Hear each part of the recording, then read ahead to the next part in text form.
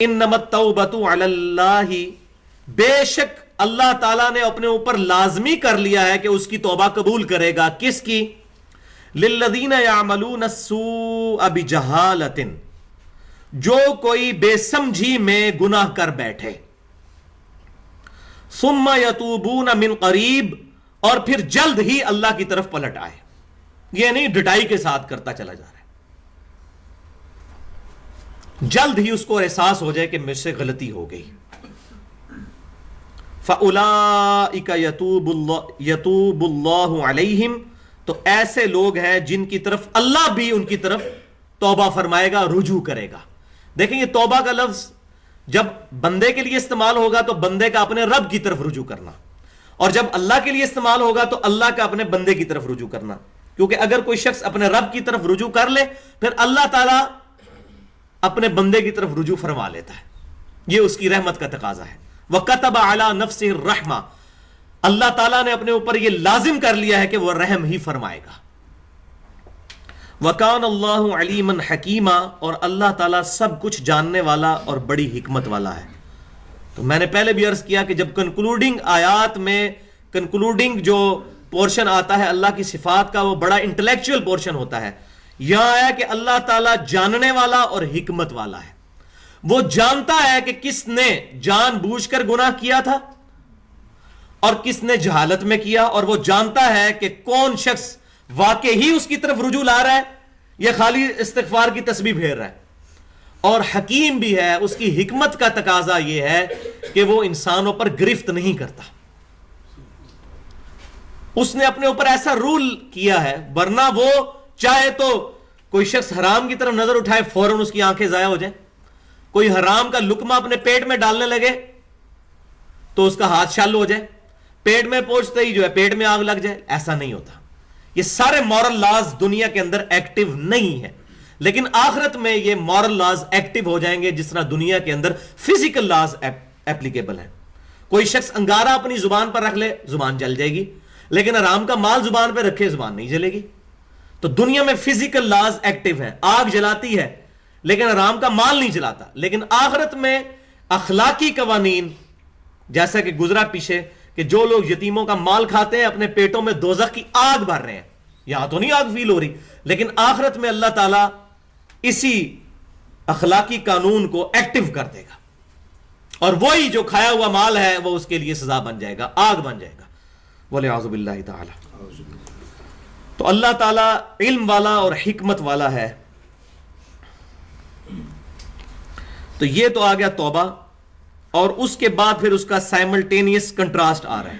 لیکن اس سے پہلے میں توبہ کے حوالے سے، توبہ کی تھیم کے حوالے سے کچھ چیزیں ڈسکس کرنا چاہتا ہوں. کچھ احادیث 7 کے قریب، یہ بہت اہم ہے. صحیح بخاری اور مسلم کی متفق علیہ حدیث ہے. امام کائنات سید الاولین والآخرین شفیع المذنبین رحمت للعالمین سیدنا و مولانا امام اعظم محمد رسول اللہ صلی اللہ علیہ وسلم نے ارشاد فرمایا، جب بندہ اپنے گناہ کا اعتراف کر لیتا ہے، مان لیتا ہے یا اللہ مجھ سے غلطی ہو گئی، اور پھر وہ اپنے رب کی طرف رجوع لاتا ہے تو اللہ بھی اس کی طرف رجوع کر لیتا ہے. سبحان اللہ. اللہ تعالیٰ کتنی محبت فرماتا ہے اپنے بندوں سے، اور کیسی دوستی اور یاری نبھاتا ہے کہ کوئی شخص گناہ کرنے کے بعد اعتراف کر لے. جیسے آدم علیہ السلام نے اپنی اجتہادی غلطی اور لغزش کے اوپر اعتراف کیا تو اللہ تبارک و تعالیٰ نے ان کو کتنا بلند مرتبہ عطا فرمایا. جد الانبیاء ہے، پوری انسانیت ان کی اولاد ہے. اس کے برعکس شیطان نے اپنی غلطی کے اوپر جسٹیفیکیشن دی کہ میں آدم سے بہتر ہوں. اللہ تعالیٰ نے اسے قیامت تک کے لیے مردود کر دیا، بلکہ اللہ کی لعنت کا مستحق ہوا شیطان. تو اب یہاں ایک جملہ غور سے سنیں، جو شخص اپنے گناہ کا اعتراف کر لیتا ہے وہ پکا آدمی ہے، آدم علیہ السلام کے ساتھ اس کی نسبت پکی ہو گئی. اور جو شخص اپنے گناہ پر غلط جسٹیفیکیشن دیتا ہے، دلائل دیتا ہے، وہ پکا شیطان کا ایجنٹ ہے. من الجنۃ والناس، جنوں میں سے بھی انسانوں میں سے بھی. تو انسان بننا ہے، آدمی بننا ہے. آدمی کون ہوتا ہے؟ آدم علیہ السلام کی اولاد. جو شخص اپنی غلطی کا اعتراف کر لے. صحیح بخاری اور مسلم کی متفق علیہ حدیث ہے، امام کائنات صلی اللہ علیہ وسلم فرماتے ہیں کہ مومن سے اگر گناہ سرزد ہو جائے تو وہ یوں سمجھتا ہے کہ میں پہاڑ کے نیچے آ گیا ہوں، میرے سر پہ پہاڑ آ گیا. یہ کتنی بڑی جو ہے وہ تکلیف دہ چیز ہے. کسی شخص کو یہ پتا چل جائے، جیسے بنی اسرائیل کے اوپر قرآن پاک میں آتا ہے سورۃ الاعراف میں، ہم نے ان کے اوپر طور کو بلند کر دیا اور کہا پکڑو اس کتاب تورات کو، تو سارے سہم گئے. طور پہاڑ اوپر آ گیا تھا صاحبان کی طرح کہ یا تو تورات کی تعلیمات پکڑو ورنہ طور تمہارے اوپر گرنے لگا. تو مومن بھی اسی طرح ہے کہ جس طرح بہت بڑا پہاڑ اس کے سر پر گرنے لگے، اس طرح وہ گناہ کر کے اس کی یہ کنڈیشن ہو جاتی ہے، وہ کانپنے لگ پڑتا ہے. اور فرمایا منافق اور فاسق ایسا ہے کہ وہ بڑے سے بڑا گناہ بھی کر لے، اسی حدیث میں بخاری مسلم کی، وہ بس ایسا ہی ہے جیسے ناک پہ مکھی بیٹھی تھی اڑا دی، اس سے زیادہ اس پر کوئی اس کا اثر نہیں ہوتا. وَلِعَاذُ بِاللَّهِ تعالی. ہمیں اپنی شکل بھی اس آئینے میں دیکھنی ہے. کیا ہمارے ساتھ بھی ایسا ہی ہوتا ہے؟ کیا ہم پر شرمندگی طاری ہوتی ہے یا نہیں؟ یا ہم بھی سمجھتے ہیں ایک مکھی دی بیٹھی اڑا دی، حرام خوری کرنی ہے کر لیں. وہ جی فلاں کی تو آپ سے بھی لمبی داڑھی ہے، انہوں نے تو بینک پہ پیسے فکس کروائے ہیں، سود کھا رہے ہیں، آپ کہہ رہے ہیں سود حرام ہے. تو بھائیوں، ہم اپنی داڑھیوں اور پگڑیوں اور شلواریں اوپر ٹخنوں سے کر کے عوام کو دھوکہ دے سکتے ہیں، اللہ کو نہیں دھوکہ دے سکتے. یہ ذہن میں رکھیں. دنیا کے قوانین بالکل ڈیفرنٹ ہیں، آخرت کے قوانین بالکل ڈیفرنٹ ہیں. یہاں دنیا میں ہم کر سکتے ہیں، ہمارے چہرے کی نورانیت بھی زائل نہیں ہوگی، شکل دیکھ کے بھی لوگ کہیں گے جی دیکھو جی کتنا نورانی چہرہ ہے، لیکن اللہ تعالیٰ کی بارگاہ میں اس کی مٹی پلید ہونے والی ہے. شکلوں کے اوپر فیصلہ نہیں ہونا. صحیح مسلم کے اندر حدیث ہے کہ اللہ تبارک و تعالیٰ تمہاری شکلوں اور مال کو نہیں دیکھتا، اور ہم یہی دیکھتے ہیں لوگوں کی شکل یہ مال، دو ہی چیزیں. اللہ تعالیٰ تمہاری شکلوں اور مال کو نہیں دیکھتا، تمہارے دلوں اور اعمال کو دیکھتا ہے. تو منافق ایسا ہے جیسے اس نے وہ مکھی اڑا دی. یہ بخاری اور مسلم کی حدیث. اس کے آگے پھر الفاظ چلتے ہیں. یہ بہت پیاری مثال امام کائنات صلی اللہ علیہ وسلم نے بیان فرمائی کہ جو شخص اللہ کی بارگاہ میں توبہ کرتا ہے اللہ تبارک و تعالیٰ اس سے کتنا خوش ہوتا ہے. اس کو ایک مثال سے صحیح بخاری اور مسلم کی متفق علیہ حدیث میں اس کے ساتھ ہی آپ صلی اللہ علیہ وسلم نے بیان فرمایا. اور مجھے تو بڑی خوشی ہوتی ہے حدیث بیان کر کے بھی اور سن کر بھی، کہ آپ صلی اللہ علیہ وسلم نے فرمایا کہ تم میں سے کوئی شخص ایسا ہو کہ جو شخص کسی جنگل بیابان سے گزر رہا ہو، اس کے پاس ایک سواری ہو جس پر اس کا سارا مال لدا ہوا ہو، جس پر اس کی زندگی ڈیپینڈ کر رہی ہو، پانی کھانا پینا سب کچھ لدا ہوا ہو، اور وہ جنگل میں بیابان کے اندر جہاں کوئی اور نہیں ہے وہ کسی جگہ رک کر تھوڑا سا آرام کرے. آرام کرنے کے بعد جب اس کی آنکھ کھلے تو دیکھے کہ اس کی سواری وہاں سے غائب ہے. اب اس کو اپنی موت سامنے نظر آنی شروع ہو جائے کہ میں اب یہاں سے قریب فاصلہ بھی 3-4 دن کا، میں پتہ نہیں کیسے زندہ رہوں گا. اور اب وہ سر ٹیک لگا کر سر کی اپنی موت کا انتظار کرنے لگ پڑے. اسی دوران اس کی آنکھ لگے اور دوبارہ آنکھ کھلے تو اپنی سواری ساز و سامان سمیت وہیں موجود ہو. اس کو اتنی خوشی ہو کہ وہ اپنے رب کے ساتھ مخاطب ہو، لیکن مخاطب ہونے میں اس کی زبان لڑکھڑا جائے. کہنا تو اس نے یہ ہو کہ اے اللہ میں تیرا بندہ، تو میرا خدا، تو میرا الہ، لیکن اس کی زبان لڑکھڑا جائے، اس کے منہ سے نکل جائے تو میرا بندہ اور میں تیرا رب. جان بوجھ کے نہیں. یہ وہ صوفیاء کی جو شتیہات اس میں سے پکڑتے ہیں وہ بالکل غلط ہے. یا تو وہ کہہ دیں کہ ان کی زبان لڑکھڑا گئی تھی، لیکن یہ تو ڈیفینڈ کرتے ہیں، تو کہیں کہ یہ کلمہ کفر ہے لیکن زبان لڑکھڑا گئی، لیکن یہ بھی نہیں کہتے. وہ کہتے ہیں چشتی رسول اللہ کہا تو کیا ہو گیا، تو یہ معرفت کی بات ہے. تو اس حدیث سے وہ شتیہات صوفیاء کی ثابت کرتے ہیں، ان الحق اور اس طرح کی چیزیں. یہ میں آپ کو اس لیے بتا رہا ہوں آپ ایجوکیٹ ہوں کہ وہ باطل نظریات بھی احادیث کو کس طریقے سے اپنا عملی جامہ پہنانے کی کوشش کرتے ہیں. یہ تو ایک مثال تھی. کیا کسی صحابی کے ساتھ یہ معاملہ ہوا، کسی تابعی تبع تابعی کے ساتھ؟ تو ایک مثال تھی سمجھانے کے لیے. تو اللہ تبارک و تعالیٰ کو اس شخص سے بھی زیادہ خوشی ہوتی ہے جتنی اس شخص کو خوشی ہوتی ہے جس کو اس طریقے سے مال مل جائے.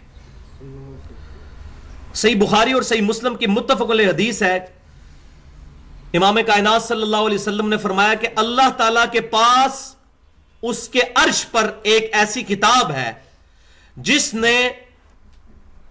جس کتاب کے اندر اللہ تبارک و تعالیٰ نے جب اپنی مخلوق کو پیدا فرمایا تو یہ عبارت لکھ لی کہ میری رحمت میرے غضب پر بھاری رہے گی، میری رحمت میرے غضب پر سبقت لے گئی.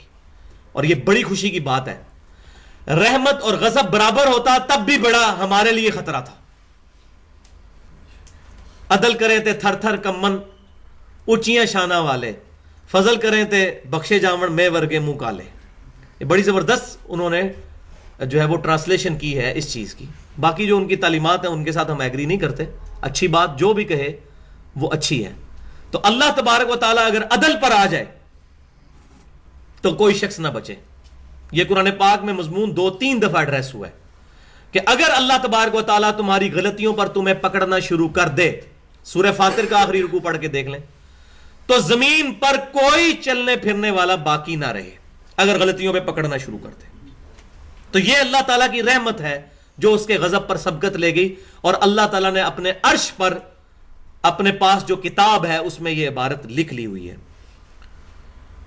چوتھی حدیث صحیح بخاری اور مسلم کی متفق علیہ حدیث ہے کہ امام کائنات صلی اللہ علیہ وسلم نے فرمایا کہ میں بھی اپنے رب کے حضور روزانہ استغفار کرتا ہوں اور توبہ کرتا ہوں. صحیح بخاری میں 70 کے الفاظ ہیں، صحیح مسلم میں 100 کے الفاظ ہیں. استغفر اللہ و اتوب الیہ. یہ صبح شام کے اذکار میں بھی ہم نے وظیفہ ڈالا ہوا ہے، استغفر اللہ و اتوب الیہ. میں معافی مانگتا ہوں اپنے گناہ پر اور اللہ سے، اور اتوب الیہ، اور اسی کی طرف میں توبہ کرتا ہوں، رجوع لاتا ہوں. اور جب رجوع لائے گا انسان تو اللہ تعالیٰ بھی انسان کی طرف رجوع فرمانے والا ہے. پانچویں حدیث صحیح مسلم کی حدیث قدسی ہے، جامعہ ترمذی میں بھی موجود ہے کہ نبی صلی اللہ علیہ وسلم فرماتے ہیں کہ اللہ تعالیٰ فرماتا ہے کہ اگر میرا بندہ زمین و آسمان گناہوں کے بھر کر لے آئے، لیکن اگر اس کے نام اعمال میں شرک نہ ہوا تو میں قیامت والے دن اس قدر مغفرت کے ساتھ اس سے ملاقات کروں گا. شرک is the most sensitive issue in the sight of اللہ. اللہ کے حضور سب سے زیادہ حساس معاملہ ہے شرک کا. شرک معاف نہیں کرے گا قیامت والے دن اللہ تبارک و تعالیٰ. شرک کے علاوہ جتنے گناہ ہیں وہ معاف فرما دے گا. اور یہاں یہ بات بھی میں ایڈریس کر دوں، تھوڑی ٹیکنیکل ڈسکشن علم الکلام کے حوالے سے، کہ 2 ٹرمینالوجیز کو آپ سمجھ لیں. ایک ہے محال، میم ہا الف لام، اور ایک ہے مقدور. جو اللہ تعالیٰ کی قدرت میں داخل ہے چیز، اس کو ہم کہتے ہیں یہ چیز مقدور ہے، قدرت میں داخل ہے. اور جو چیز اللہ کی قدرت میں داخل نہیں ہے اس کو ہم کہتے ہیں محال. اب آپ سوچ رہے ہوں گے ایسی کون سی چیز ہے جو اللہ کی قدرت میں داخل نہیں ہے، تو وہ میں آپ کو آگے ایڈریس کرتا ہوں. ان اللہ علی کل شیء قدیر، اللہ تعالیٰ ہر چیز پر قادر ہے. اب کوئی شخص یہ سوال کرے کیا اللہ تعالیٰ اس بات پر بھی قادر ہے کہ اپنے ساتھ کا ایک اور الہ بنا لے؟ ہاں جی، اب جواب دینا جی. ان اللہ علی کل شیء قدیر محال ہے. اس کا جواب ہے یہ محال ہے، یہ سوال ہی غلط ہے. جیسے کوئی شخص کہے کہ میرا قریبی دوست مرد، ٹھیک ہے جی، اس کو حمل ٹھہرا، تو آپ بتائیں کہ بیٹی پیدا ہوگی یا بیٹا، تو ہم کہیں گے یہ سوال ہی غلط ہے، مرد کو حمل ٹھہر ہی نہیں سکتا، یہ اس کی ڈومین سے ہی باہر چیز ہے. تو اللہ تبارک و تعالیٰ اگر کوئی اور الہ بنائے گا تو وہ الہ ہوگا ہی نہیں، وہ مخلوق ہی ہوگا، الہ بنا ہی نہیں سکتا، کیونکہ جو پیدا ہوگا وہ الہ نہیں ہو سکتا، اور جو الہ ہے وہ پیدا نہیں ہوتا. لم یلد ولم یولد.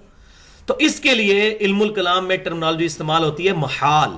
اس طریقے اکثر سوال ہوتا ہے کہ اللہ تعالیٰ کو ایسا پتھر بنا سکتا ہے جس کو خود نہ اٹھائے، تو ہم کہیں گے یہ محال ہے. ان چیزوں کو اللہ تعالیٰ کی قدرت میں داخل نہیں کرنا. یہ اللہ کی قدرت کا نقص نہیں ہے، بلکہ ان چیزوں کا نقص ہے کہ یہ اللہ کی قدرت میں داخل نہیں ہے. کیا اللہ تعالیٰ جھوٹ بولنے پر قادر ہے؟ محال ہے. یہ نہیں کہہ سکتے اور رشید احمد گنگوئی دیوبندی کی طرح کہ اللہ تعالیٰ قدرت تو رکھتا ہے جھوٹ بولنے پر لیکن بولتا نہیں ہے، یہ بھی کلمہ کفر ہو جائے گا۔ اللہ تعالیٰ تو قدرت تو رکھتا ہے اس بات کے اوپر کہ وہ بیوی اختیار کرے لیکن کرتا نہیں ہے، لم یلد ولم یولد، تو یہ اللہ کی قدرت میں بھی نہیں داخل کرنا، اس کے لیے کہتے ہیں ہم محال۔ کیا اللہ اپنی بیوی رکھ سکتا ہے؟ محال۔ کیا اپنا بیٹا رکھ سکتا ہے؟ محال، کیونکہ اگر وہ رکھے گا وہ اللہ نہیں رہے گا۔ لم یلد ولم یولد، لا تبدیل لکلمات اللہ، نہ اللہ میں سے کوئی نکلا نہ اللہ کسی میں سے نکلا۔ اب اللہ کے یہ کلمات لم یلد ولم یولد یہ تو بدل نہیں سکتے، اگر یہ کلمات بدل جائیں تو اللہ اللہ نہیں رہتا، کیونکہ جو جھوٹ بولتا ہے وہ اللہ نہیں ہے اور جو اللہ ہے وہ جھوٹ نہیں بولتا، تو یہ محال ٹرمنالوجی۔ تو محال چیز اللہ تعالیٰ کی قدرت میں داخل نہیں کی جائے گی۔ انہی محال میں سے ایک محال یہ ہے کہ اللہ تعالیٰ مشرک کو کبھی معاف نہیں کرے گا، اگر چاہے بھی تو بھی نہیں معاف کرے گا۔ کیوں؟ قرآن پاک میں کیٹاگوریکل آ گیا ہے 2 دفعہ، سورۃ النساء آیت نمبر 48، سورۃ النساء آیت نمبر 116، ان اللہ لا یغفر ان یشرک بہ ویغفر ما دون ذلک لمن یشاء، بے شک اللہ اس گناہ کو کبھی معاف نہیں کرے گا۔ کوئی شخص شرک کے ساتھ اس دنیا سے گیا، دنیا میں توبہ کر لے تو معاف ہو جائے گی، یہ آخرت کی بات ہو رہی ہے۔ اس کے علاوہ جو گناہ ہے اگر چاہے گا تو معاف کر دے گا۔ پھر سورۃ المائدہ کے اندر آیت نمبر 72 میں انہ من یشرک باللہ فقد حرم اللہ علیہ الجنہ ومأواہ النار وما للظالمین من انصار، بے شک جو کوئی اللہ کے ساتھ شرک کرے گا اللہ نے ایسے شخص پر جنت حرام کر دی ہے، اس کا ٹھکانہ وہاں پر دوزخ آگ ہوگی اور وہاں اس کا کوئی مددگار نہیں ہوگا، حتیٰ کہ سید الاولین والآخرین شفیع المذنبین رحمت للعالمین سیدنا و مولانا امام اعظم محمد رسول اللہ صلی اللہ علیہ وسلم کی صحیح بخاری اور مسلم کی متفق علیہ حدیث ہے، صحیح بخاری کتاب الدعوات چیپٹر، صحیح مسلم کتاب الایمان چیپٹر میں، کہ اللہ تعالیٰ نے ہر نبی کو ایک دعا دی تھی، اس نبی نے وہ دعا دنیا میں ہی کر لی مقبول دعا، اور میں نے اپنی دعا اپنی امت کے لیے سنبھال کے رکھ لی ہے قیامت کے دن کے لیے۔ میری دعا سے میرے ہر امتی کو نفع پہنچے گا سوائے اس شخص کے جس نے اللہ کے ساتھ کسی قسم کا شرک کیا ہو۔ تو یہ بہت سینسٹیو ایشو ہے، شرک معاف نہیں ہوگا۔ ہاں شرک دنیا میں کوئی توبہ کر لے تو سورۃ الفرقان کا آخری رکوع ہے، جو کوئی دنیا میں شرک سے توبہ کر لے ہم اس کے گناہوں کو بھی نیکیوں سے بدل دیں گے۔ سبحان اللہ، یہ بہت بڑی بشارت ہے، گناہوں کو بھی نیکیوں سے بدل دیں گے۔ تو اگر کسی شخص کی زندگی پہلے شرک کے اندر گزری، اس نے توبہ کی تو اللہ تعالیٰ اس کے گناہوں کو بھی نیکیوں سے بدل دے گا، اس دنیا میں شرک بھی معاف ہو جائے گا۔ تو یہ تو تھا محال۔ اسی طریقے سے اگر کوئی شخص یہ کہے کہ اللہ تعالیٰ چاہے تو عیسیٰ بن مریم کو معاذ اللہ استغفر اللہ دوزخ میں ڈال دے، یا موسیٰ علیہ السلام کو دوزخ میں ڈال دے اور فرعون کو جنت میں بھیج دے، اللہ تعالیٰ اس پر قادر ہے، تو ہم کہیں گے یہ محال ہے۔ اگر اللہ ایسا کرتا ہے تو اللہ نہیں رہتا، تو یہ بات یاد رکھیں۔ تو توحید کی آڑ میں توہین نہیں ہونی چاہیے۔ ایک بہت بڑے عالم ہیں، میں ان کا نام نہیں لیتا، ان کی کافی سیڈیز چلتی ہیں پوری دنیا کے اندر، سعودی عرب سے وہ کرتے ہیں لیکچر اردو زبان میں، تو انہوں نے بھی ایک دفعہ توحید کے نشے میں جوش میں آتے ہوئے کہہ دیا اللہ تعالیٰ اس چیز کا ارادہ فرمائے کہ عیسیٰ علیہ السلام اور ان کی والدہ اور پوری انسانیت کو دوزخ میں پھینک دے۔ تو یہ قرآن کی آیت نہیں ہے، قرآن کی آیت سورۃ المائدہ کی 17 نمبر آیت ہے، اللہ تعالیٰ اس چیز کا ارادہ فرمائے عیسیٰ بن مریم اس کی ماں اور سب لوگوں کو موت دے دے۔ تو موت تو آنی ہے سب کو، یہ عیسائیوں کو اللہ نے ایڈریس کیا ہے کہ اللہ کو موت نہیں آتی ہے، جو مخلوق ہے اس کو موت آئے گی۔ تو انہوں نے اس پہ کہہ دیا کہ اللہ چاہے تو دوزخ میں پھینک دے، تو یہ کلمہ کفر ہے۔ پھر میں نے پوائنٹ آؤٹ کیا، الحمدللہ ان کا سعودی عرب سے فون آیا، انہوں نے کہا کہ میں اس سے اعلانیہ توبہ کرتا ہوں اپنی اس بات سے۔ تو بڑی احتیاط کرنی چاہیے گفتگو کرتے ہوئے، توحید بیان کرتے ہوئے انبیاء کی توہین بیان نہیں ہونی چاہیے علیہم السلام، ٹھیک ہے، اپنے اس لمٹ کے اندر رہنا چاہیے، کسی بھی چیز میں غلو یا ایگزیجریشن نہیں کرنی چاہیے۔ تو یہ محال ہو گیا۔ دوسری چیز میں نے بتائی تھی مقدور۔ مقدور وہ چیزیں جو اللہ کی قدرت میں داخل ہیں، چاہے اللہ نے کی ہوں یا نہ کی ہوں۔ مثال کے طور پر اگر کوئی شخص یہ کہے کیا اللہ تعالیٰ اس بات پر قادر ہے کہ ایسی سیڑھی بنا دے کہ ہم زمین سے آسمان تک اس سیڑھی کے ذریعے چڑھ جائیں؟ بنا سکتا ہے، اگرچہ بنائی اس نے کوئی نہیں ابھی تک، لیکن یہ قدرت میں داخل ہے۔ اللہ تعالیٰ چاہے تو اس ہمارے پورے ہال کو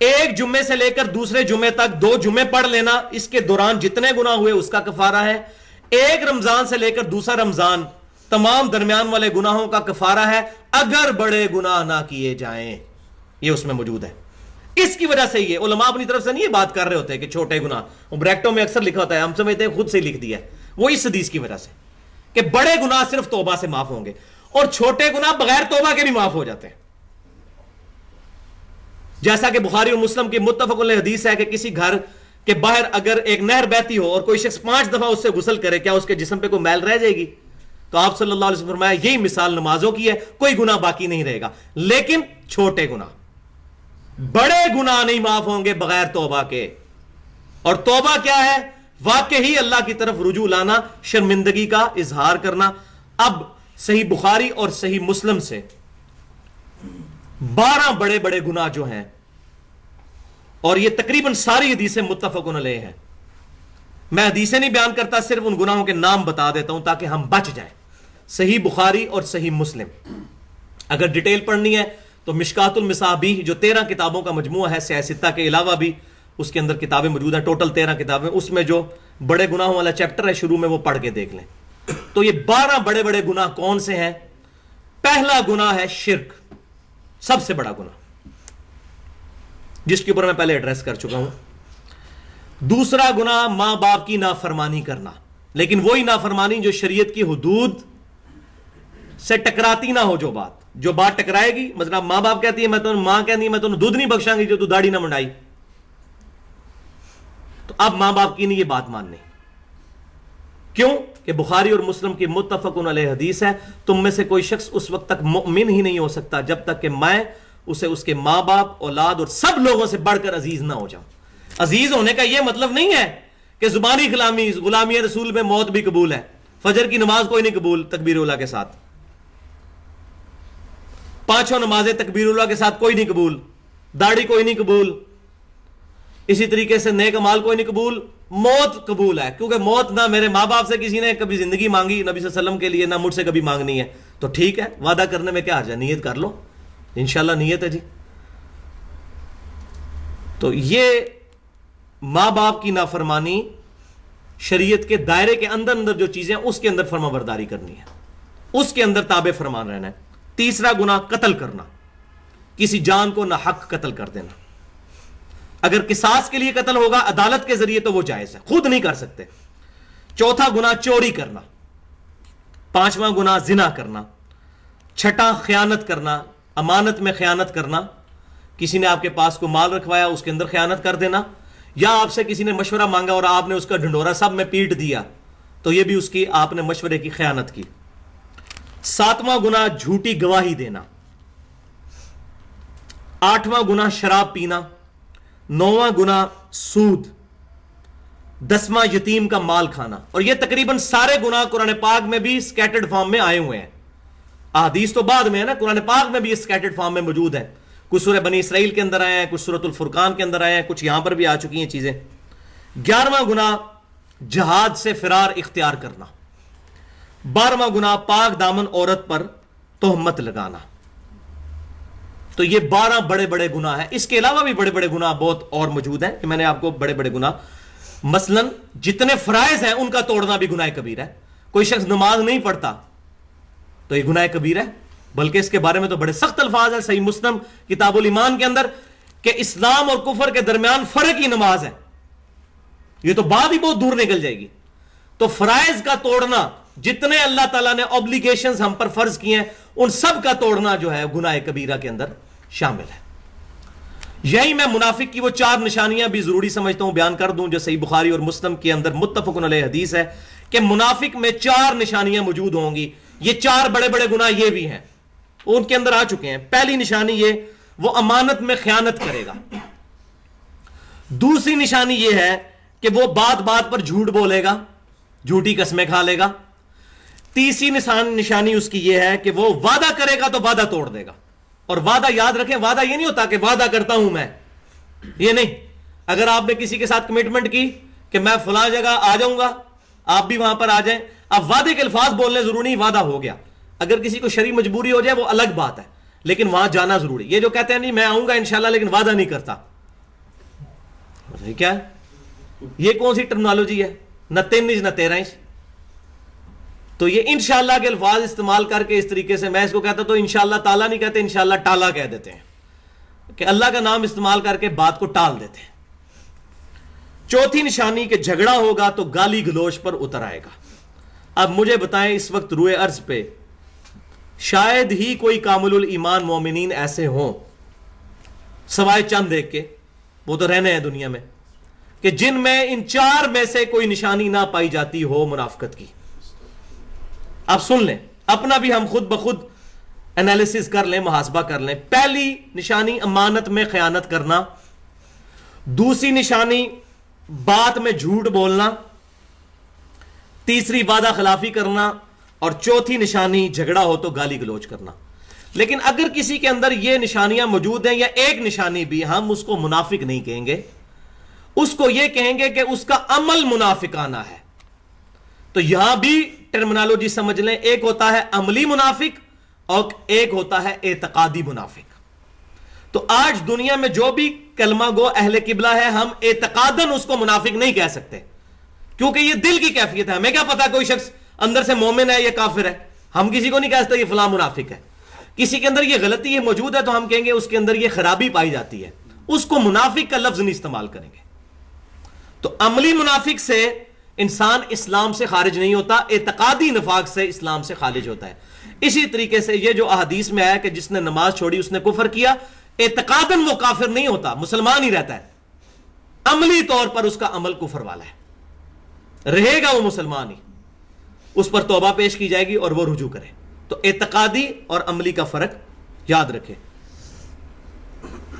اور یہ اس لیے ہے کہ بخاری اور مسلم کی متفق علیہ حدیث ہے کہ آپ صلی اللہ علیہ وسلم فرماتے ہیں کہ اللہ تبارک و تعالیٰ جب مجھے شفاعت کی اجازت دے گا تو اس آخری شخص کو بھی دوزخ سے نکال لیا جائے گا جس کے پلے خیر کی ایک رتی بھی نہیں ہوگی، کوئی خیر نہیں ہوگا، یعنی اس نے کوئی نماز بھی نہیں پڑھی ہوگی، ورنہ ایک نماز بھی زندگی میں پڑھ لے تو خیر تو ہے نا. یہ حدیث اس بات کا ثبوت ہے کہ کوئی شخص نماز چھوڑنے سے کافر نہیں ہوتا، اس کا عمل کفر والا ہے، اس کو توبہ پیش کیجیے. جو نماز کی فرضیت کا انکار کر دے گا وہ کافر ہے. لہذا بعض علماء عرب نے جو اس مسئلے میں غلو کیا کہ جو بندہ نماز نہیں پڑھتا تو وہ کافر ہو جاتا ہے، یہ ان کا ایشو غلو پہ مبنی ہے. ہمارے سلف میں ایسی بات اس درجے میں غلو میں نہیں پائی جاتی، بڑے نارمل انداز میں اس میں گفتگو کی جاتی ہے. تو ہم کہیں گے وہ مومن ہی، وہ مسلم ہی ہے، وہ ایمان والا ہے، کامل الایمان نہیں ہے، اس میں کمزوری ہے، اس پر توبہ پیش کی جائے گی. تو یہ اعتقادی اور عملی کا فرق بھی سمجھ لیں. اب یہ 18 نمبر آیت اسی کے ساتھ سائملٹینیس کنٹراسٹ ہے، وہ پڑھ لیں. وَلَيْسَتِ التَّوْبَةُ لِلَّذِينَ يَعْمَلُونَ السَّيِّئَاتِ، اور ان کی کوئی توبہ نہیں ہے جو کرتے ہیں برائیاں، گناہ پر ڈٹے رہتے ہیں، حَتَّى إِذَا حَضَرَ أَحَدَهُمُ الْمَوْتِ، یہاں تک کہ ان میں سے کسی ایک کو موت آ جائے. اب موت تک تو وہ برائیاں کرتا رہا، نزع کا عالم، موت کا غرغرہ شروع ہوا، جیسے صحیح بخاری اور مسلم کی متفق علیہ حدیث ہے کہ نزع کا وقت موت کے غرغرے سے پہلے پہلے توبہ ہے. تو اللہ تعالیٰ فرما رہا ہے اس کی کوئی توبہ قبول نہیں ہے جو پوری زندگی ڈٹائی کے ساتھ گناہ کرتا رہا اور جب اس کی موت کا وقت قریب آ گیا، قال انی تبت الآن، اور وہ کہتا ہے کہ میں اب توبہ لاتا ہوں. الآن، کیا اب لایا تو رجوع؟ یہ اللہ تعالیٰ کی طرف سے ہے. اب تو وقت گزر چکا. فرعون نے بھی کہہ دیا تھا، قرآن پاک میں آتا ہے نا کہ میں موسیٰ علیہ السلام کے رب کے اوپر ایمان لاتا ہوں، جب وہ غرق ہونے لگا. اس وقت توبہ نہیں ہے. تو کوئی شخص گناہ کرتا رہے ڈٹائی کے ساتھ. اب یہ اس میں کتنی دھمکی پوشیدہ ہے. مجھے بتائیں کسی شخص کو اپنی موت کا پتہ ہے کہ کب آئے گی؟ تو پھر ہر وقت ہی تیار رہنا چاہیے. وَلَا تَمُوتُنَّ إِلَّا وَأَنْتُمْ مُسْلِمُونَ، دیکھنا تمہیں موت نہ ہے مگر اس حال میں کہ تم مسلم ہو، اللہ کے فرما بردار ہو. یہ نہ ہو کہ آپ جو ہے وہ سینمے میں بیٹھ کے فلم دیکھ رہے ہو اور وہاں پر موت آ جائے. کوئی اللہ تعالیٰ سے بکنگ تو نہیں کروائی ہوئی کہ یا اللہ یہ کام کرتے ہوئے مجھے موت نہیں آنی چاہیے، میں تھوڑی دیر کے لیے ریلیکسیشن چاہتا ہوں، تھوڑی ٹینشن اپنی ریلیز کرنا چاہتا ہوں، یہ کام کرتے مجھے شراب پیتے ہوئے موت، کوئی پتہ نہیں کسی کا. تو اللہ تعالیٰ فرما رہا ہے کہ اس کی کوئی توبہ نہیں ہے کہ پوری زندگی وہ گناہ کے کام کرتا رہا. یہ قرآن بڑا جا رہا ہے جناب. اب آپ لوگوں کے کنسیپٹ دیکھ لیں. تلک امانیہم، یہ لوگوں کی وشفل تھنکنگز ہیں. قرآن بالکل ایک علیحدہ سے دعوت پیش کر رہا ہے. پوری زندگی گناہ کرتا رہا تو، اور جب موت کا وقت قریب آیا، الان اب تو توبہ کے لیے آیا. وَلَلَّذِينَ يَمُوتُونَ وَهُمْ كُفَّارٌ، اور ان کی بھی کوئی توبہ نہیں ہے جن کو موت آ گئی اس حال میں کہ وہ کافر تھے. کیا مطلب؟ کہ کافر کی اب توبہ نہیں قبول ہونی قیامت والے دن بھی نہیں. یہ محال ہے کہ اللہ تعالیٰ معاف کر دے. سورۃ المائدہ کا آخری رکوع ہے عیسیٰ بن مریم علیہ السلام اور اللہ تعالیٰ کی گفتگو جو قیامت میں ہونی ہے. اس کے آخر میں عیسیٰ بن مریم کہیں گے اے اللہ اب یہ تیرے بندے ہیں، چاہے ان کو معاف کر دے یا ان کو عذاب دے. تو اللہ تعالیٰ فرمائے گا نہیں، آج کے دن سچوں کو ان کا سچا عقیدہ ہی فائدہ دے گا. معافی شافی کوئی نہیں ہے جو بندہ کفر اور شرک کے ساتھ دنیا سے گیا. اولئک اعتدنا لہم عذابا علیما، یہی وہ لوگ ہیں جن کے لیے ہم نے درد دینے والا عذاب تیار کر رکھا ہے. والعیاذ باللہ تعالی، ہم اللہ تعالیٰ سے دعا کرتے ہیں کہ اللہ تبارک و تعالیٰ ہمارے ایمان کی حفاظت فرمائے، اور روزانہ تجدید ایمان کرنی چاہیے، کیونکہ بخاری اور مسلم کی متفق علیہ حدیث ہے کہ جو شخص رات کو سورۃ البقرہ کی آخری 2 آیات پڑھ کر سوتا ہے، وہ 2 آیات اس کے لیے ہر چیز سے کفایت کر جاتی ہیں، کیونکہ ان 2 آیات کے اندر تجدید ایمان ہے. آمن الرسول بما انزل الیہ من ربہ والمؤمنون کل آمن باللہ وملائکتہ وکتبہ ورسلہ لا نفرق بین احد من رسلہ. اس کے بعد دعائیں ہیں، پھر معافی ہے. تو یہ تجدید ایمان ہے. صبح شام کے اذکار میں بھی ہم نے یہ بات ڈالی ہوئی ہے. سورۃ البقرہ کی آخری 2 آیات. اللہ تعالیٰ سے دعا ہے کہ جو میں نے حق بیان کیا ہمارے دلوں میں راسخ فرمائے، اور کوئی غلط بات میرے منہ سے نکلی تو ہمارے دلوں سے محو کر دے. ہمیں کتاب و سنت کی تعلیمات پر عمل کرنے کی توفیق عطا فرمائے. محفل سے اٹھنے کی دعا ہے. سبحانک اللہم وبحمدک اشہد ان لا الہ الا انت استغفرک واتوب الیک وما علینا الا البلاغ المبین. اور توبہ کے حوالے سے ڈیٹیل گفتگو ہوئی تھی، تقریباً 40 منٹ توبہ کے اوپر گفتگو ہوئی تھی، اور اس کو کنکلوڈ کیا تھا ہم نے کبیرہ گناہوں کے اوپر کہ بڑے بڑے کبیرہ گناہ کون سے ہیں. تو ان میں ایک چیز سکپ ہو گئی تھی، وہ میں آج ایڈریس کر دیتا ہوں. وہ یہ کہ اگر کوئی شخص کسی کبیرہ گناہ کو حلال سمجھ کر لے تو وہ کافر ہو جائے گا. اس کی قیامت والے دن توبہ بھی قبول نہیں ہوگی اگر وہ دنیا میں توبہ کر کے نہ مرا. مثال کے طور پر اگر کسی شخص نے کسی مسلمان کے قتل کو حلال سمجھا اور کہا کہ یہ میں جو کام کر رہا ہوں یہ جائز ہے اور بالکل درست ہے، تو ایسا شخص دار اسلام سے خارج ہو جائے گا. البتہ اگر کوئی حرام کام وہ حرام سمجھتے ہوئے کرے گا تو گناہ کبیرہ کا مرتکب ہوگا. اب اللہ کی مرضی، چاہے تو اس کو معاف کر دے اور چاہے تو اس کو عذاب میں ڈال دے. لیکن اگر اس نے کفر کر لیا، پچھلی دفعہ بھی آیت آ گئی تھی کہ کوئی اس حال میں مرا کہ وہ کافر ہے، تو پھر اللہ تبارک و تعالیٰ بھی قیامت والے دن اس کو معاف نہیں کرے گا. یہ محال ہے اللہ تعالیٰ کے لیے کہ وہ اللہ تعالیٰ اس کو کفر پر یا شرک کے اگینسٹ بخشش کر دے. تو محال اور مقدور کی میں نے ٹرمنالوجیز پچھلی دفعہ ڈیٹیل سے بیان کی تھی. اکثر اوقات یہ بھی سوال ہوتا ہے کیا اللہ تعالیٰ کوئی ایسا پتھر بنا سکتا ہے جس کو خود نہ اٹھا سکے؟ تو ہم کہیں گے یہ محال ہے. یہ سوال ہی غلط ہے. ایسی چیز اللہ تعالیٰ کی قدرت میں داخل کرنا اللہ تعالیٰ کی توہین ہے. کیا اللہ تعالیٰ اس بات پر قادر ہے کہ اپنے ساتھ کا ایک اور الہ بنا لے؟ تو ہم کہیں گے یہ محال ہے. یہ چیز اللہ کی قدرت میں داخل نہیں ہے. کیوں؟ کہ جو چیز کریٹ ہوگی وہ الہ نہیں ہو سکتی، کیونکہ الہ کیا ہے؟ لم یلد ولم یولد. نہ اس نے کسی کو جنا اور نہ اس میں سے کوئی جنا گیا. تو ان کے لیے فقہ کی ٹرمنالوجی استعمال ہوتی ہے. ہم فقہ کے منکر نہیں ہیں. فقہ کا منکر تو اسلام کا ہی منکر ہوا. ہم فقہ الاسلام کو مانتے ہیں. اسلام کی فقہ، سمجھ بوجھ، انڈرسٹینڈنگ. انگلش میں ٹرو انڈرسٹینڈنگ کو عربی میں کہتے ہیں فقہ. جیسے امام بخاری رحمۃ اللہ علیہ نے کتاب العلم چیپٹر میں ایک باب باندھا ہے اور وہ حدیث لے کے آئے ہیں، اور اسی حدیث کو انہوں نے ہیڈنگ کے طور پر باندھا ہے کہ اللہ تعالیٰ جس کے ساتھ بھلائی کا ارادہ فرماتا ہے اسے دین کی فقہ عطا فرما دیتا ہے.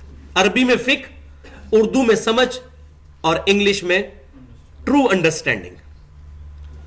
تو فقہ کو ہم مانتے ہیں، لیکن فقہ وہ جو قرآن و سنت سے ڈیرائیوڈ ہو، کسی کی ذاتی انٹرپریٹیشن نہ ہو. البتہ جہاں پر قرآن و سنت اور اجماع میں سے کوئی واضح حکم نہ ملے تب قیاس اور اجتہاد کیا جا سکتا ہے، لیکن تقلید پھر بھی جائز نہیں ہے. ہر شخص وہ اپنے معاملات کو دیکھ کر اس پر اجتہاد یا جو ہے وہ قیاس کرے گا۔ تو اسی حوالے سے جو لوگ یہ کہتے ہیں کہ قرآن پاک سے کچھ احادیث ٹکراتی ہیں صحیح بخاری اور مسلم کی، جن میں سے ایک حدیث بڑی ڈیٹیل ہے کہ ایک شخص تھا بنی اسرائیل میں، اس نے 99 قتل کیے تھے، 99 قتل، اور پھر ایک عالم کے پاس گیا اور اس سے مسئلہ پوچھا کہ کیا میری بخشش بھی ہو جائے گی اگر میں توبہ کر لوں؟ تو اس نے کہا تیری تو کوئی بخشش نہیں ہے۔ تو اس نے اس کو قتل کر کے اپنی سینچری پوری کی، 100 قتل کیے۔ پھر اس کو کوئی شخص ملا، اس نے کہا کہ فلاں جگہ اللہ کے نیک بندے ہیں، وہاں جا کر تم اللہ تعالیٰ کے حضور ان سے دعا کرواؤ، اللہ تعالیٰ تمہاری توبہ قبول کرے گا۔ تو اسی دوران وہ توبہ تو اس نے کر لی، لیکن وہ دعا کے لیے اسی نیت سے وہاں سے نکلا، راستے میں اس کو ڈیتھ آ گئی، اس کی موت آ گئی۔ اب رحمت اور عذاب کے فرشتوں کے درمیان کنفلکٹ آ گیا۔ عذاب کے فرشتوں نے کہا کہ ہم اس کو دوزخ میں لے کے جائیں گے کیونکہ یہ بھی اس بستی میں پہنچا نہیں ہے۔ رحمت کے فرشتوں نے کہا کہ اس نے توبہ کی نیت تو کی، اس کو زندگی نے مہلت نہ دی، تو ہم اسے جنت میں لے کے جائیں گے۔ اللہ تعالیٰ کی بارگاہ میں یہ ایشو جب پیش کیا گیا تو اللہ تبارک و تعالیٰ نے حکم فرمایا کہ اگر وہ نیک لوگوں کی بستی کے قریب ہے تو اس کو بخش دیا جائے، رحمت کے فرشتے لے جائیں، اور اگر وہ اپنے گھر سے زیادہ قریب ہے تو اس کو عذاب کے فرشتے لے جائیں۔ اور پھر اللہ تعالیٰ کی رحمت غالب آئی، وَكَتَبَ عَلَى نَفْسِهِ الرَّحْمَةَ، اللہ نے اپنے اوپر لازم کر لیا کہ میں ہر حال میں رحم ہی فرماؤں گا۔ بخاری اور مسلم کی متفق علیہ حدیث ہے، اللہ تعالیٰ نے جب اپنی مخلوق کو پیدا کیا تو اپنے عرش پر یہ عبارت لکھ لی کہ میری رحمت میرے غضب پر سبقت لے جائے گی، اور وہی ہوا۔ اللہ تعالیٰ نے زمین کو حکم فرمایا کہ وہ سکڑ جائے، تو وہ شخص اگرچہ نیک لوگوں کی بستی سے دور تھا لیکن اللہ تعالیٰ کی رحمت غالب ہوئی، وہ جگہ سکڑ گئی، اور صرف ایک ہاتھ کے فاصلے سے وہ نیک لوگوں کی بستی سے زیادہ قریب تھا ایز کمپیئر ٹو اپنے گھر کے، تو اس کو رحمت کے فرشتے لے گئے۔ تو اس حدیث کو وہ کہتے ہیں جی قرآن پاک میں آیا کہ جو شخص کسی مسلمان کو جان بوجھ کر قتل کرے اس کی سزا ہے ہمیشہ کی دوزخ۔ تو یہ بات یاد رکھیں، ہم قرآن پاک کے منکر نہیں ہیں، ہماری واحد ٹیکسٹ بک قرآن ہے، حدیث ہماری ٹیکسٹ بک نہیں ہے، ہماری ریفرنس بک ہے جو قرآن کو بریف کرتی ہے۔ تو قرآن سے یہ چیز نہیں ٹکرا رہی، کیوں کہ قرآن پاک نے جس گناہ پر یہ وعید سنائی کہ قتل کرنے والا ہمیشہ دوزخ میں رہے گا، وہ قتل ہے جو شخص جان بوجھ کر، اس میں الفاظ موجود ہیں، جان بوجھ کر قتل کرے، جان بوجھ کر قتل کرے، یعنی وہ قتل کے گناہ کو سمجھتے ہوئے بھی جان بوجھ کر اس قتل کو اپنے اوپر حلال ٹھہرا لے، تو وہ شخص تو ظاہر کافر ہو جائے گا، اور کافر کی جزا جو ہے ہمیشہ کے لیے دوزخ ہے۔ البتہ اگر کوئی مسلمان ہوگا، چاہے اس نے قتل کیا یا خودکشی کی یا کوئی بھی ایسا عمل کیا، اللہ تبارک و تعالیٰ اس کو ایک نہ ایک دن ضرور بخش دے گا اگر وہ مسلمان مرا۔ لیکن اگر اس نے خودکشی جائز سمجھ کے کی تو پکا کافر۔ تو یہ باریک فرق سمجھ لیں، مسلمان اگر حرام کام کو حلال سمجھ کے کر لے تو کافر ہو جائے گا، حرام کام کو حرام سمجھ کے کرے گا تو گناہگار ہوگا، کافر نہیں ہوگا۔ لہذا قرآن پاک میں جہاں یہ اس کی سزا سنائی گئی قتل کرنے والے کی، اس سے مراد وہ قاتل ہے جو شخص قتل کو حلال سمجھ لے، جیسا کہ صحیح مسلم میں کتاب الفتن چیپٹر میں موجود ہے حدیث، امام کائنات سید الاولین والآخرین شفیع المذنبین رحمت للعالمین سیدنا و مولانا امام اعظم محمد رسول اللہ صلی اللہ علیہ وسلم نے بیان فرمایا کہ قرب قیامت میں انسان صبح کے وقت مومن ہوگا، شام تک کافر ہو جائے گا، شام کو مومن ہوگا، صبح کافر اٹھے گا۔ کیوں؟ وہ انہی احادیث میں کتاب الفتن میں ملتا ہے کہ حرج عام ہو جائے گا۔ صحابہ کرام علیہم رضوان نے پوچھا یہ حرج کیا ہے؟ تو فرمایا قتل۔ قاتل کو نہیں پتا ہوگا وہ کیوں قتل کر رہا ہے، اور مقتول کو نہیں پتا ہوگا کہ اس کو کیوں قتل کیا جا رہا ہے، جس کی زندہ مثال اس وقت کراچی کے اندر جو فسادات ہو رہے ہیں مسلمانوں کے اندر، اسی پر آپ صلی اللہ علیہ وسلم نے فرمایا تھا قاتل اور مقتول دونوں دوست کی ہیں۔ تو صحابہ کرام نے پوچھا یا رسول اللہ صلی اللہ علیہ وسلم مقتول کیوں دوست کی؟ فرمایا اس نے بھی تو اپنے بھائی کے قتل کا ارادہ کیا تھا، جب مسلمان کے آمنے سامنے آیا وہ تو اب اس کی قسمت کے اس کی گولی پہلے چل گئی، ورنہ اس نے بھی تو اپنے مسلمان بھائی کو قتل کرنے کا ارادہ کیا تھا۔ تو اگر کسی نے جائز سمجھا تو اس کی زندہ مثال اس وقت ہمارے وہ چند ان پڑھ قسم کے جو ملا جو مسلمانوں کے جذبات کو ایکسپلائٹ کرتے ہیں، خصوصاً ہمارے جو علاقہ غیر کے لوگ ہیں، وہاں کا ایک نوجوان 10 12 13 سال کا صبح تک اس بیچارے کو یہی پتا ہوتا ہے کہ مسلمان کو مارنا حرام ہے، اور جب مولوی اس کی برین واشنگ کرتا ہے، اس کو خودکش حملے کی جیکٹ پہنا کے اور پاکستان میں پھر بھیج دیتا ہے کہ فلاں جگہ جا کے آپ حملہ کر دو، ان کو مار دو، یہ ساری عوام بھی کافر ہے، تو شام تک وہ مسلمانوں کے قتل کو حلال سمجھ چکا ہوتا ہے. صبح مومن شام کو کافر، شام کو مومن صبح کافر. یہ پریکٹیکل مثال ہے اس وقت، کیونکہ جس نے کسی مسلمان کے قتل کو جائز سمجھ لیا، کسی مسلمان کے قتل کو جائز سمجھ لیا، وہ شخص دائرہ اسلام سے خارج ہو جائے گا. ٹھیک ہے جی.